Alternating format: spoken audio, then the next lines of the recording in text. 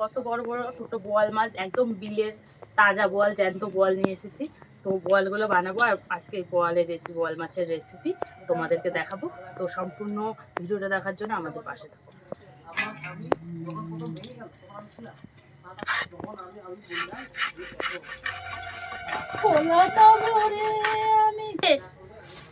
ভালো করে কেটে একদম ধুয়ে নিয়ে রেডি হয়ে গেছে, দেখতে পাচ্ছ।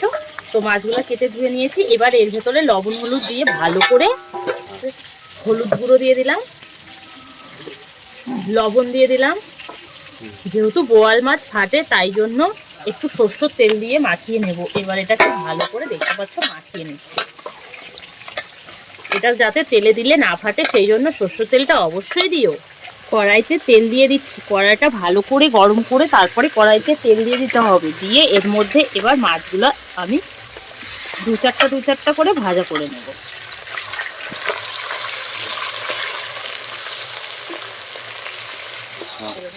রান্নার জন্য নিয়ে নিয়েছি পেঁয়াজ কুচি, দুটো কাঁচা লঙ্কা চেরা, রসুন, আদা, আর এখানে কাঁচা লঙ্কা। পুরো রান্নাটা কাঁচা লঙ্কা দিয়েই হবে। জিরা আর ধনে, এই জিরা, ধনে, কাঁচা লঙ্কা, আদা, রসুন সবগুলো একসাথে পেস্ট করে নেব। মাছ ভাজাগুলো হয়ে গেছে, দেখতে পাচ্ছ, একদম মচমচা করে ভাজা করে নিয়েছি, তুলে নিলাম।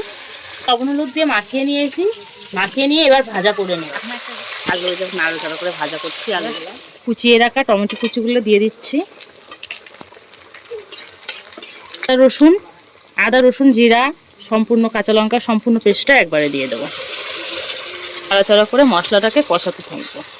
দিয়ে একটু হলুদ দিলাম আর পরিমাণ মতো লবণ দিয়ে দেবে। লবণ হলুদটা পরিমাণ মতো দিয়ে দেবে। দিয়ে নাড়াচাড়া করে একদম তেল ছাড়া পর্যন্ত কষাতে হবে। দেখো, কাঁচা লঙ্কা দিয়ে এত সুন্দর কালার এসেছে মশলাটার। এবার মশলাটার ভেতরে জল দিয়ে দেব। ঝোলটা দিয়ে দেওয়ার পরে আমি ভেজে রাখা আলুগুলাকে দিয়ে দেবো।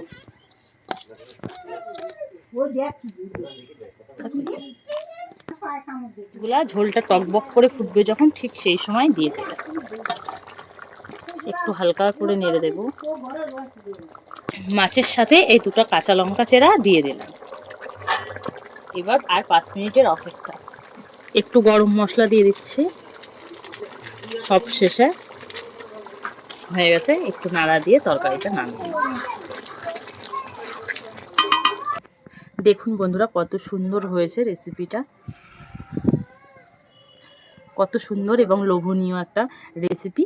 এই সুন্দর রেসিপিটি দেখার জন্য অবশ্যই আমার ফেসবুক পেজটিকে ফলো করে দিও আর সম্পূর্ণ ভিডিওটি দেখুন। এটি হচ্ছে বোয়াল মাছের রেসিপি। তো বোয়াল মাছটা তোমাদের এইভাবে রান্না করতে হবে সেটা সম্পূর্ণ ভিডিওটি না দেখলে বুঝতে পারবে না। এত সুন্দর লোভনীয় একটি রান্না তোমাদের সঙ্গে আজকে শেয়ার করলাম।